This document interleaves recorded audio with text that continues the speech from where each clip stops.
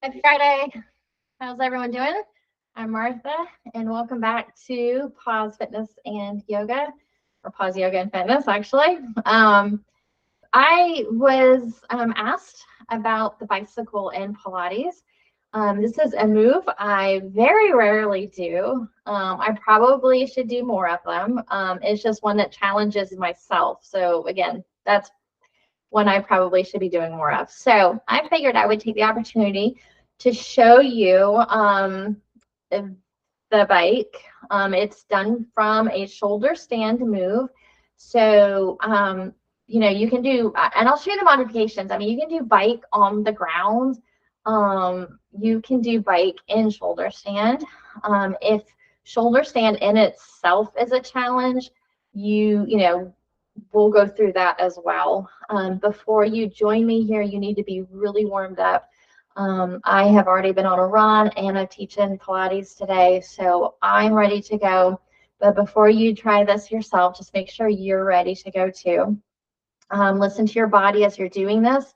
The idea in shoulder stand is to be supported with your shoulders, shoulder stand, so not on your neck. So if you do feel it more in your neck, then get out of it and try to start back over or think about a modification for today.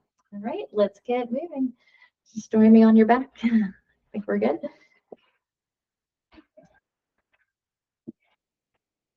So anytime you're in a class that calls shoulder stand, but you are not quite sure, maybe your instructor says shoulder stand if it's in your practice.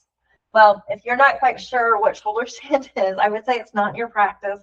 So a great modification for just shoulder stand simply is to take the yoga block at your lower back and come into waterfall. This is a great way to end class. It's a great way to end a very hard workout, very similar to legs up the wall. So if you're in class and your teacher says, bike, Pilates bike, and cues you to get into shoulder stand, but you're just not quite ready for that, then you can stay here on your back and do two things. You can stay simply just kind of bike in your legs.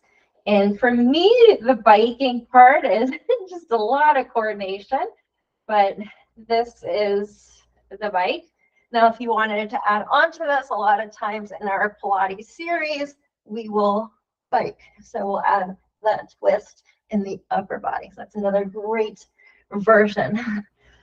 But if you are ready to go for the, I think really to get into the shoulder stand, the roll up should also be something that you have mastered. And the Pilates roll up, the way I help people to kind of work into the roll up is actually to start with that reverse crunch.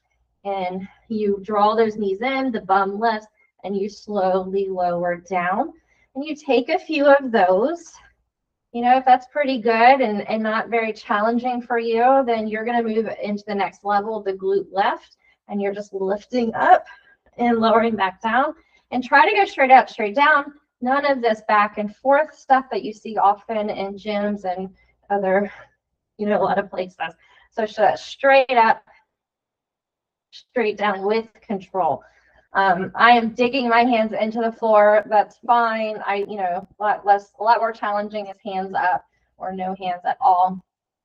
So with the roll up, you're going to take a nice big inhale. And then you're going to exhale. So here's your lift and over. So again, you're on your shoulders and not your neck. And the legs are parallel. Belly button's pulled in and up. So you've got space here to breathe. So as you inhale, you take those legs apart and flex the feet. And then you're going to exhale, slowly lower down. And that's your roll up. So, and that's something to have mastered because from that roll up, the shoulder stand shouldn't be so bad for you. So if we were to come in to the roll up, so you're just going to start to take your hands to your lower back. So you're being supported by your hands and your shoulders. You're not in your neck. And then bending your knees and sending your hips so they're kind of lined up with your hands. And then Again, just kind of take your time to make sure everything's good. And from here, we'll start to bike.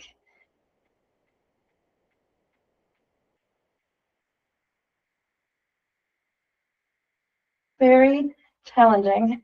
I'm looking off to you, but make sure your gaze stays right into your chest. And release.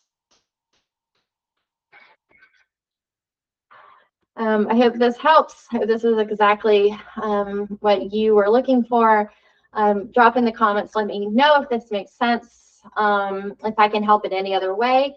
And as always, if there's another move you'd like me to demonstrate as best as I can, I would love to do so. So just let me know, drop me a comment, reach out to me. You can find me on Facebook, message me, or email me at martha@pauswellnesscompany.com.